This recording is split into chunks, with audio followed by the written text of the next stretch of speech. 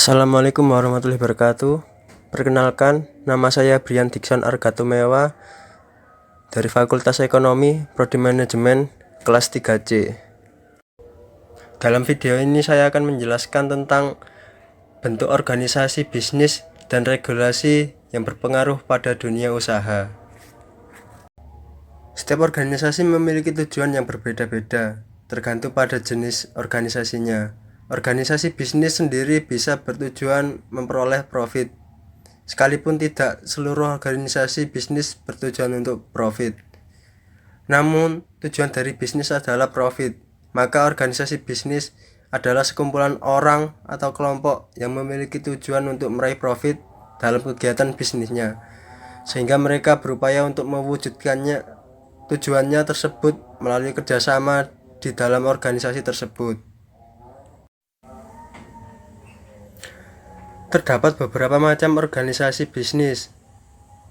1. Perusahaan perorangan.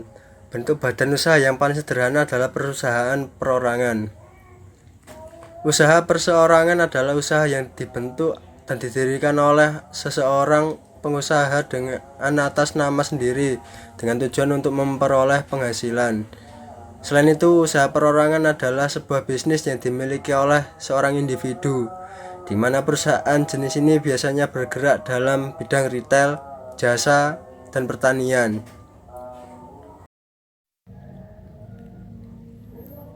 Para pengusaha memiliki tanggung jawab sepenuhnya atas naik dan turunnya kinerja perusahaan, dan umumnya dalam aktivitas bisnisnya tidak memerlukan perizinan dinas terkait dalam pendiriannya.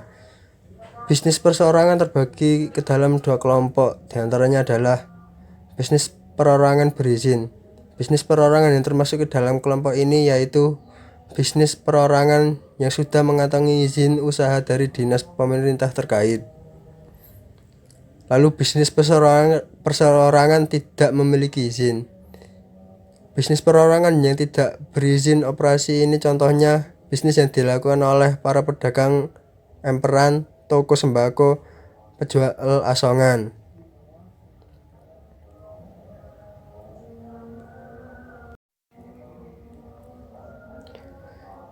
Kelebihan perusahaan perseorangan yaitu A. Seluruh keuntungan dapat dimiliki sendiri pemilik bisnis, tidak jarang merangkap sebagai direktur, bahkan tidak menutup kemungkinan sekaligus sebagai karyawan. Dengan memiliki relatif semua keuntungan dapat dinikmati oleh sendiri. B. Kepuasan menjadi milik pribadi. Pemilik bisnis selalu berupaya mengarahkan kemampuan yang dimilikinya untuk mencapai kesejahteraan perusahaan, meningkatkan pangsa pasar, serta memelihara keberlanjutan usaha. Tentunya jika hal tersebut tercapai, maka akan menjadi kebanggaan sendiri bagi pemilik bisnis tersebut. C.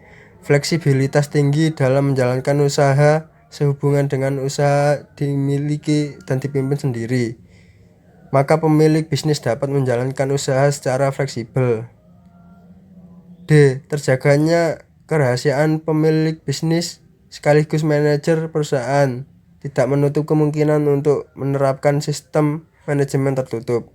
Artinya, manajer tidak memberitahukan keadaan perusahaan kepada karyawan.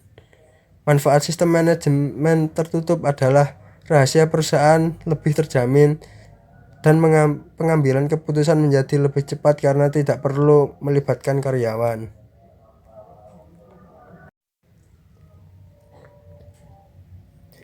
Adapun beberapa kelemahan dari bisnis model perseorangan. A. Tanggung jawab bisnis tidak terbatas.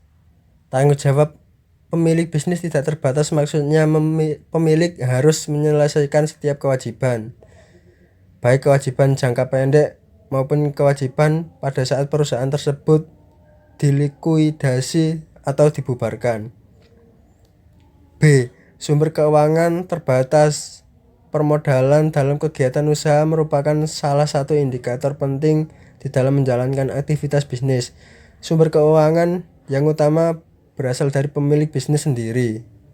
Dengan demikian, perusahaan tersebut hanya memiliki modal terbatas jika tidak ada sumber lain berupa pinjaman dari pihak ekstern perusahaan. C. Keterbatasan manajemen bisnis. Pemilik bisnis sekaligus menjadi orang yang bertanggung jawab terhadap manajemen perusahaan. Dengan demikian, kelangsungan hidup perusahaan tergantung kepada kemampuan pemilik usaha tersebut. D. Kelangsungan bisnis kurang terjamin. Semua tanggung jawab berada pada satu orang, yaitu pemilik bisnis. Maka kesinambungan usaha akan tergantung padanya. Hal ini bukan urusan yang mudah karena kelangsungan hidup perusahaan benar-benar menjadi taruhannya jika pemilik tidak profesional. E. Sedikitnya kesempatan berkarir bagi pegawai. Hal ini berkaitan dengan keterbatasan modal dan ruang lingkup pekerjaan yang ada di perusahaan perseorangan, sehingga tidak memungkinkan untuk berjenjang karir bagi pegawai.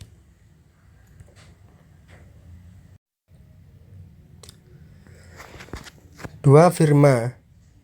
Firma adalah persekutuan perdata untuk mengoperasikan usaha antara dua orang atau lebih dengan nama bersama, serta tanggung jawab setiap anggota tidak terbatas, dan keuntungan yang dihasilkan akan dibagi secara rata. Selain itu, firma merupakan persekutuan perdata yang didirikan untuk menjalankan perusahaan dengan nama bersama. Persekutuan perdata adalah perjanjian dengan dua orang atau lebih mengaitkan diri untuk menyetorkan sesuatu kepada persekutuan dengan tujuan untuk memperoleh manfaat atau keuntungan.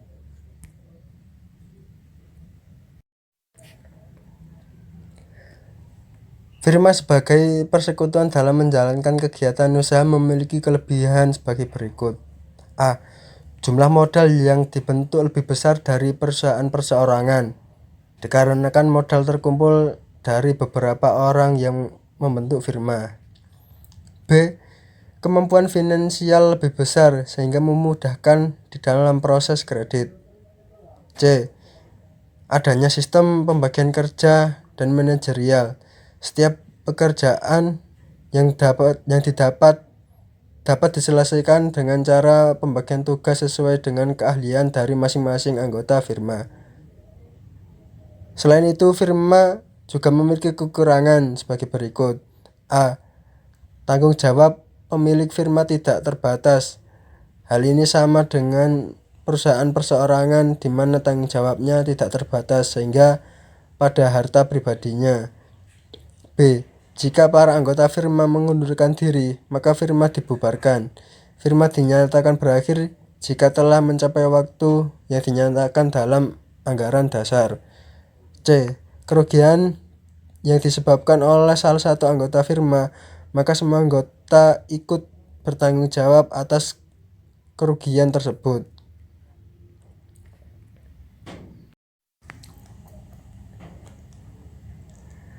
Tiga. Persekutuan komanditer atau JV. Persekutuan komanditer merupakan bentuk perjanjian kerjasama di antara dua pihak di mana salah satu pihak bersedia untuk menjadi pengurus dan pengatur dari persekutuan dan bertanggung jawab penuh pada persekutuan sampai pada harta pribadinya. Sementara pihak yang lainnya hanya menanamkan modalnya tanpa mau untuk ikut serta di dalam pengurusan persekutuan dan hanya bertanggung jawab sebatas pada modal yang disetorkan pada persekutuan. Ciri-ciri persekutuan komanditer diantaranya adalah sebagai berikut. A. Di dalam keanggotaan CV terdiri dari anggota aktif dan anggota pasif.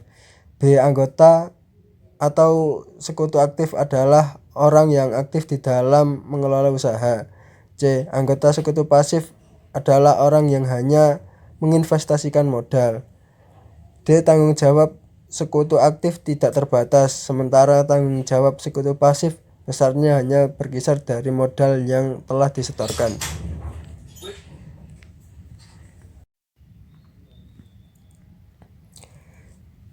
JV sebagai persekutuan memiliki kelebihan sebagai berikut. A. Modal yang terkumpul relatif lebih besar daripada perusahaan perseorangan atau firma. B. Lebih mudah di dalam memperoleh fasilitas kredit perbankan. C. Kemampuan manajerial lebih baik karena didukung oleh modal yang lebih besar. Selain itu, CV memiliki kekurangan sebagai berikut. A. Beberapa anggota sekutu memiliki tanggung jawab yang tidak terbatas sama halnya dengan firma. B. Sulit untuk menarik kembali modal yang disetorkan, terutama bagi sekutu aktif. C. Keberlanjutan usaha sangat tergantung pada keberadaan sekutu aktif.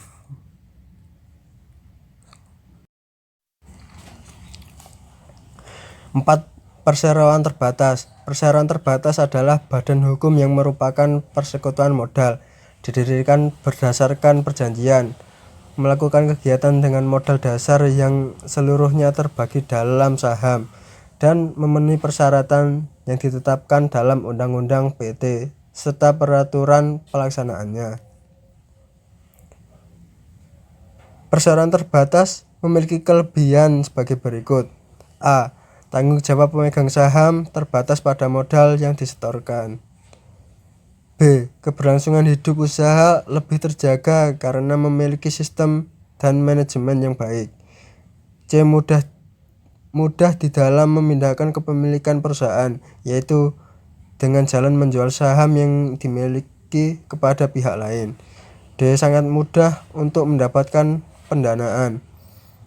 E. Terdapat manajemen yang profesional, akan tetapi memiliki kelemahan sebagai berikut. A. Terdapat pajak berganda yang dikenakan terhadap PT dan juga terhadap dividen yang dibagikan kepada para pemegang saham. B. Pendiri PT lebih sulit daripada firma dan CV karena harus membuat akta di hadapan notaris dan disahkan oleh Kementerian Hukum dan Hak Asasi Manusia. C. Kerahasiaan perusahaan kurang terjaga, terutama bagi perseroan yang sudah go publik, maka tidak ada lagi kerahasiaan dalam laporan keuangan. Lalu, regulasi yang berpengaruh pada dunia usaha. Salah satu regulasi yang berpengaruh pada dunia usaha yaitu regulasi tanggung jawab sosial. Perusahaan sebagai artificial person merupakan salah satu pusat kegiatan manusia guna memenuhi kehidupannya. Selain itu, perusahaan juga sebagai salah satu sumber pendapatan negara melalui pajak dan juga sebagai wadah tenaga kerja. Dalam konteks tanggung jawab sosial, di dalam perusahaan dikenal istilah tanggung jawab sosial perusahaan atau Corporate Social Responsibility atau CSR. CSR secara umum dimaknai sebagai sebuah cara dalam rangka perusahaan mencapai sebuah keseimbangan antara tujuan-tujuan ekonomi, lingkungan, dan sosial masyarakat, namun tetap merespon harapan-harapan para pemegang saham atau shareholder dan pemangku kepentingan atau stakeholder. Demikian penjelasan yang dapat saya sampaikan pada video ini. Kurang lebihnya mohon maaf. Wassalamualaikum warahmatullahi wabarakatuh.